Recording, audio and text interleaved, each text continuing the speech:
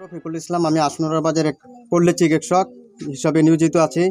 আমি এই পল্লী চিকিৎসক হিসেবে একটি নতুন ডিলারশিপের ব্যবসা নিয়েছি। এই ব্যবসার মধ্যে যখন ব্যবসা চালু করছি তখন এই কিছু দাঙ্গাবাজ মাতুম মইজুদ্দিন এবং আসিফ শানুমি আমার কাছে কিছু টাকা চাঁদা দাবি করি।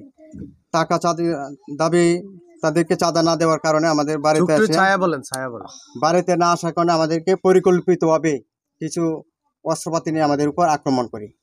সে আক্রমণের পরে মাতু এবং মইজুদ্দিন, আসিফ, শানু আমার ভাতিজা নূর মোহাম্মদকে জায়গায় মেয়েরা ফেলাই গাদি এবং আমাকে বিভিন্নভাবে আঘাত করি।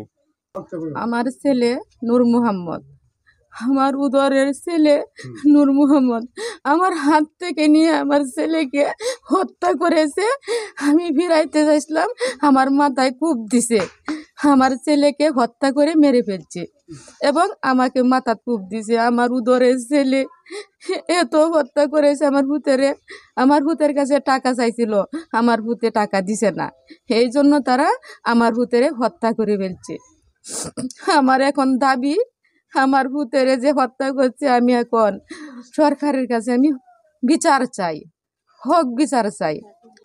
এখন আমাদের যে এলাকাবাসী বা যারা আসামি আছে তারা আমাদের উপর যে হুমকি দিচ্ছে, আমাদেরকে এই করবে সেই করে মারবো, সমাজে থাকতে না, জেলখানা থেকে হুমকি দিচ্ছে যে আগে একবার মার্ডার করছে, এখন জেলখানা থেকে বাড়িতে আসতে বললে আরও কয়েকটা মার্ডার করবো, এরকম আমাদেরকে হুমকি দিচ্ছে।